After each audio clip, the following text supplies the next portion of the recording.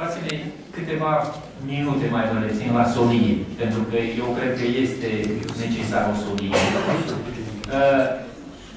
Tema noastră muzicală s-a numit La vara de judecată. Și ați văzut că aici s-au adus în față unele cazuri care au fost acceptate, altele nu au fost acceptate, cum s-a judecat și așa mai departe. Parcă te vezi la tribunal, așa când te duci și ai o judecată acolo, să te vezi la tribunal în fața judecătorilor. Când intri prima dată, parcă ai așa o teamă, nu? Ce va spune? Cu ce mă va învinui? Ce am făcut? Ce lucru mai scoate pe care nu le-am spus și ei le știu? Parcă ai o teamă. O teamă.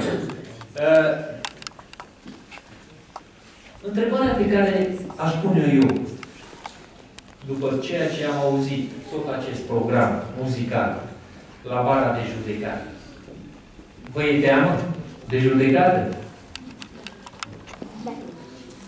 E o întrebare stupidă, cam grea. Vă e teamă de judecată? Deci dacă mi-o puneți mie, eu nu știu să răspund. E greu. Am vrut să văd dacă aici e cineva care poate să spună. Ce credeți? Vă e teamă? Eu știu ce aveți în inimă. Pentru că ce am eu în inimă, cred că aveți și voi, de nu răspundeți. Unii spun așa, dom'le, și da, și nu.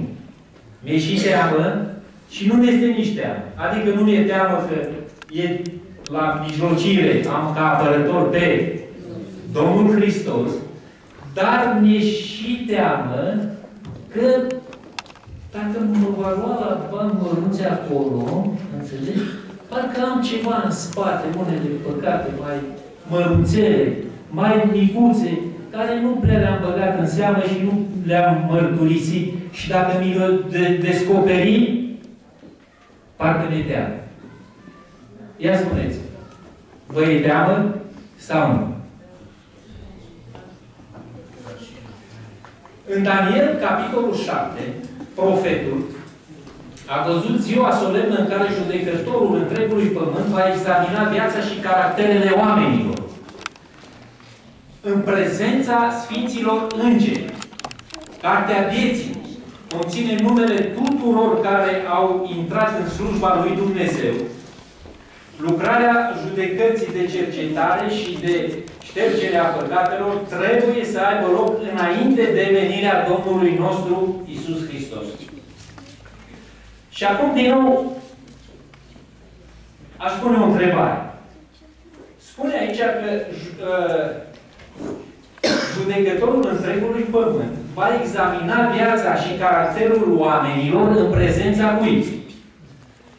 În prezența îngerilor. În prezența îngerilor, nu? Frate Maria, poți să ne spui tu, de ce este în prezența îngerilor această judecată? Vedeți? Și nu ar fi simplu. Tu, judecătorul, ce rost mai are să mai fie și alții decât... Spune că fiecare dintre noi avem un înger, îngerul păzitor, da, și îngerul raportor, care notează gânduri, fapte și intenții. Deci numai dacă am avut gânduri, am avut intenția, mă duc la marșel și dau o pasă. Și mergând pe drum, zic, bă, parcă totuși n-ar trebui să eu dau. Acest lucru a fost notat. Da. Așa este. Iar acești îngeri vin și aduc aceste raporturi ale noastre. Fie bune, fie rele. Iar ei sunt cei care dau mărturia despre ei. Sunt mărturia despre noi. Așa este, mulțumesc. Dar totuși acolo spune că aici nu mai este nici fratele Spirache, nici Nicolae, nu mai sunt, au plecat. Cei care mai putea să ne explice. Acolo spune că îngeri, în prezența îngerilor. Fratele a zis extraordinar de bine, dar ne mai trebuie ceva adăugat. De ce în prezența îngerilor se face judecata? Așa. Și mai e ceva. Mai e ceva. Haideți să nu mai lungim. Vedeți dumneavoastră, îngerii trebuie să vadă și dreptatea lui Dumnezeu. Cum face Dumnezeu judecata? Judecata este dreaptă sau nu este dreaptă. Și toți îngerii, nu numai îngerii noștri care sunt, îi avem noi în timpul vieții noastre, raportori. Deci în prezența tuturor îngerilor, Dumnezeu vrea să vadă, să-i arate îngerilor și lumilor necăzute că judecata lui Dumnezeu este cinstită și corectă. Frații mei, a început judecata de cercetare, nu?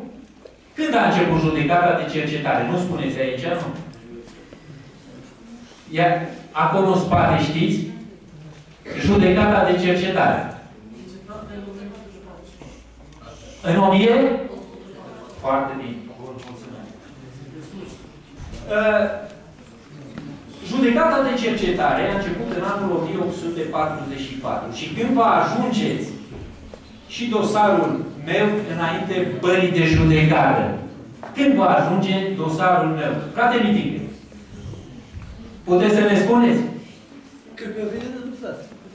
Fraților de aici, puteți să ne spuneți când va ajunge dosarul meu în fața bării de judecată?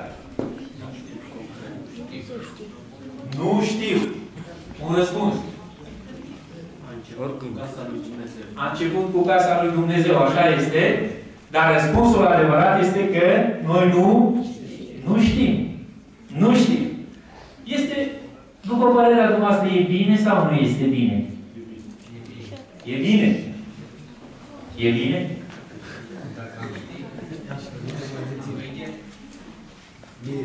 Nu e bine? Un răspuns după părerea lui. Frații mei, frate, spune-ne tu. Tu, e bine sau nu? Dom'le, bine este că nu știm și trăim adevărul constant, dacă trăim. Așa. Dacă am fi știut mai dinainte că ar avea loc judecata peste o săptămână, probabil că mi-aș pune întrebarea, doamne, am să mă pregătesc mai intens, am să... Și arăt eu cine sunt? Și am să... Trec. Dar nu este. Așa este. Bun, mulțumesc. Frații mei, nu știm când vine dosarul nostru în mâna lui Dumnezeu. De aceea, cuvântul lui Dumnezeu ne dă niște indicații și spune așa: vegheați, dar și rugați-vă, pentru că nu știți ziua în care vine stăpânul. Că dacă ar ști, s-ar pregăti, da. De aceea vegheați în continuu. Fiți pregătiți și dați socoteală în orice clipă înaintea stăpânului. În orice clipă, când își cere, trebuie să dai socoteală în față. Știu că toate faptele vieții noastre sunt scrise într-o carte. Și anume, cartea de aducere aminte. Și cartea va fi, acolo sunt scrise toate faptele noastre, bune, rele, cum sunt. Cartea va fi deschisă și vom fi judecați după faptele noastre. Știm că mai există și o altă carte. Și anume, Cartea Vieții. Mai există și o carte a vieții, în care sunt scrise numele noastre și nu mai știm, adică sau mai bine știm că unele nume vor rămâne, dar unele vor fi șterse. Deci la judecat în Cartea Vieții, acum toți avem scrise numele în Cartea Vieții. Dar la judecată, unele vor fi șterse, iar altele vor rămâne. Frații mei, știu că unii ar fi vrut să vadă scena judecății. Adică să vedem așa, ca la televizor, sau să ne explice cineva. Aici stau îngerii, aici la bara de judecată stă Domnul Hristos, aici stă Tatăl, lumile necăzute, în prezența a mii și mii de îngeri și oameni, planete necăzute. Cum va fi cineva deschide cartea, numele meu să fiu și eu acolo să văd. Frații mei, să vedem pe Domnul Hristos când va ridica mâna și va spune înaintea Tatălui cum va fi apt pentru Împărăția lui Dumnezeu, cum va pleda pentru noi. Frații mei, dar chiar dacă am ști și avea imagini aici pe monitorul acesta, pe ecran, la ce ne-ar folosi dacă viața noastră nu ar fi curată înaintea lui Dumnezeu? Frații mei, vă întreb din nou, vă e teamă de judecată? Vă e teamă?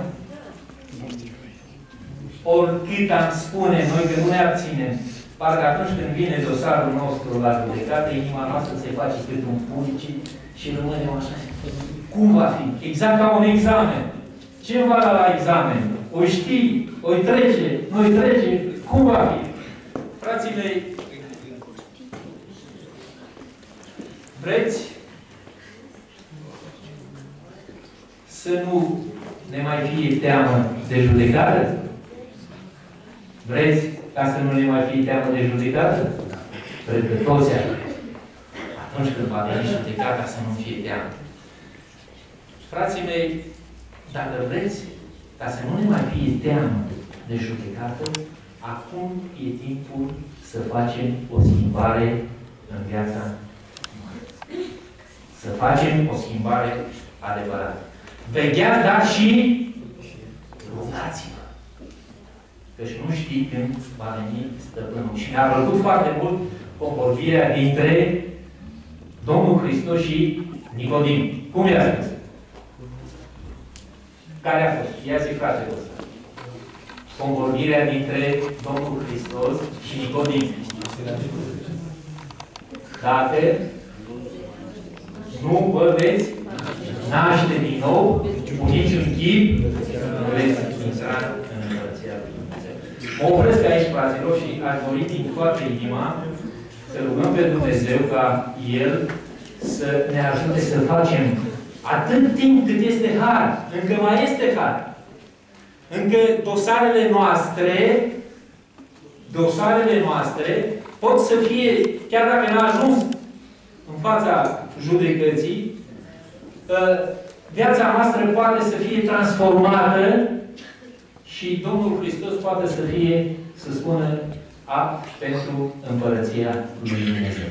De aceea rog pe Dumnezeu să ne ajute să facem o schimbare, că atunci când va veni dosarul nostru, să spunem acolo avem pe Tatăl nostru, pe Domnul nostru Iisus Hristos, care mijlocește pentru mine. Domnul să ne binecuvinteze și să aibă lângă de noi. Amin. Amin.